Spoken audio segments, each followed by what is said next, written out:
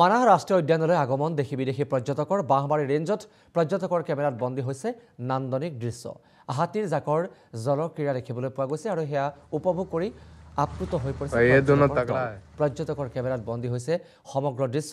মানাহ ৰাষ্ট্ৰীয় উদ্যানত বৃদ্ধি পাইছে জীৱ-জন্তুৰ সংখ্যা আৰু ই পৰ্যটনৰ বাবে অত্যন্ত এটা সুখবৰ কঢ়িয়াই আনিছে।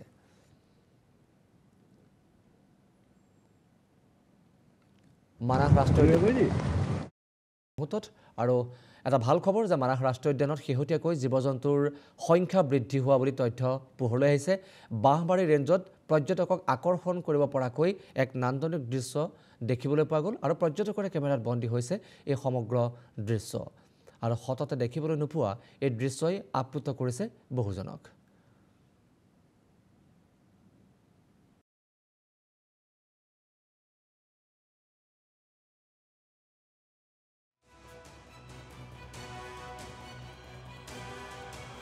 মানাহ ৰাষ্ট্ৰীয় উদ্যানলৈ আগমন দেশী বিদেশী পৰ্যটকৰ বাঁহবাৰী ৰেঞ্জত পৰ্যটকৰ কেমেৰাত বন্দী হৈছে নান্দনিক দৃশ্য। হাতীৰ জাকৰ জলক্ৰীড়া দেখিবলৈ পোৱা গৈছে আৰু সেয়া উপভোগ কৰি আপ্লুত হৈ পৰিছে পৰ্যটকৰ কেমেৰাত বন্দী হৈছে সমগ্ৰ দৃশ্য। মানাহ ৰাষ্ট্ৰীয় উদ্যানত বৃদ্ধি পাইছে জীৱ-জন্তুৰ সংখ্যা আৰু ই পৰ্যটনৰ বাবে অত্যন্ত এটা সুখবৰ কঢ়িয়াই আনিছে।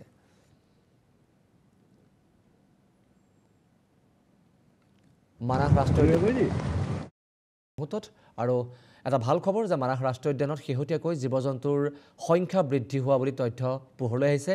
বাঁহবাৰী ৰেঞ্জত পৰ্যটকক আকৰ্ষণ কৰিব পৰাকৈ এক নান্দনিক দৃশ্য দেখিবলৈ পোৱা গ'ল আৰু পৰ্যটকৰে কেমেৰাত বন্দী হৈছে এই সমগ্ৰ দৃশ্য আৰু সততে দেখিবলৈ নোপোৱা এই দৃশ্যই আপ্লুত কৰিছে বহুজনক।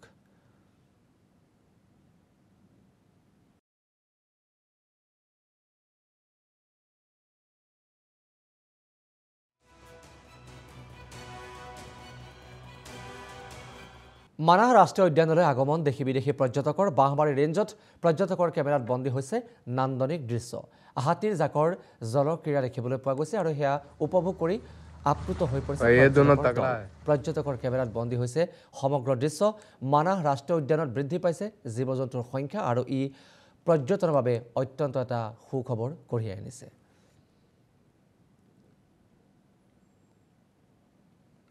মানাহ ৰাষ্ট্ৰীয় আৰু এটা ভাল খবৰ যে মানাহ ৰাষ্ট্ৰীয় উদ্যানত শেহতীয়াকৈ জীৱ-জন্তুৰ সংখ্যা বৃদ্ধি হোৱা বুলি তথ্য পোহৰলৈ আহিছে। বাঁহবাৰী ৰেঞ্জত পৰ্যটকক আকৰ্ষণ কৰিব পৰাকৈ এক নান্দনিক দৃশ্য দেখিবলৈ পোৱা গ'ল আৰু পৰ্যটকৰে কেমেৰাত বন্দী হৈছে এই সমগ্ৰ দৃশ্য আৰু সততে দেখিবলৈ নোপোৱা এই দৃশ্যই আপ্লুত কৰিছে বহুজনক।